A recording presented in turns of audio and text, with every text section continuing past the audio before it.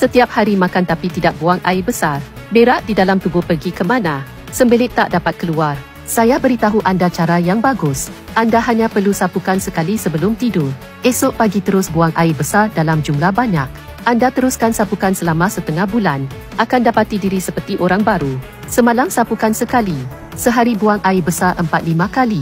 Bukan cirit-birit. Ia benar-benar dapat mengeluarkan sampah dalam usus. Hitam dan berbau. Caranya sangat mudah. Benda ini boleh dikatakan terkenal, terutama mereka yang perut keras. Buang air besar tidak lancar.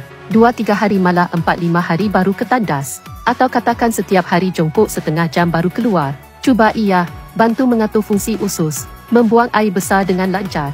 Berak sedikit, suka buang air besar.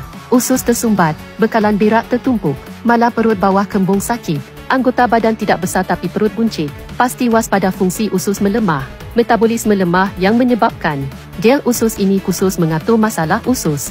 Membuang air besar dengan lancar. Produk kami sehari sekali sahaja. Kami telah membuka saluran pembelian kilang. Kilang terus jual, pos percuma ke rumah. Dibangunkan khusus untuk mereka yang usus bermasalah. Mengandungi pelbagai bahan aktif menjaga dan melancarkan usus. Sehari sekali, sapukan pada pusat. Memperbaiki fungsi usus. Membuang air besar dengan lancar. Tepat mengubati sembelit. Bukan sahaja bahan bagus, harga pun berpatutan. Beli hari ini, esok paling cepat sampai ke tangan anda. Disyorkan guna lebih awal lebih baik. Anda kata anda tak mampu.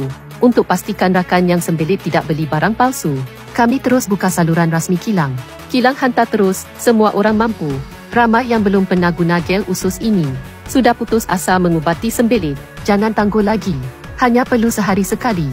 Boleh rawat di rumah. Klik pautan di bawah video untuk maklumat lanjut sekarang.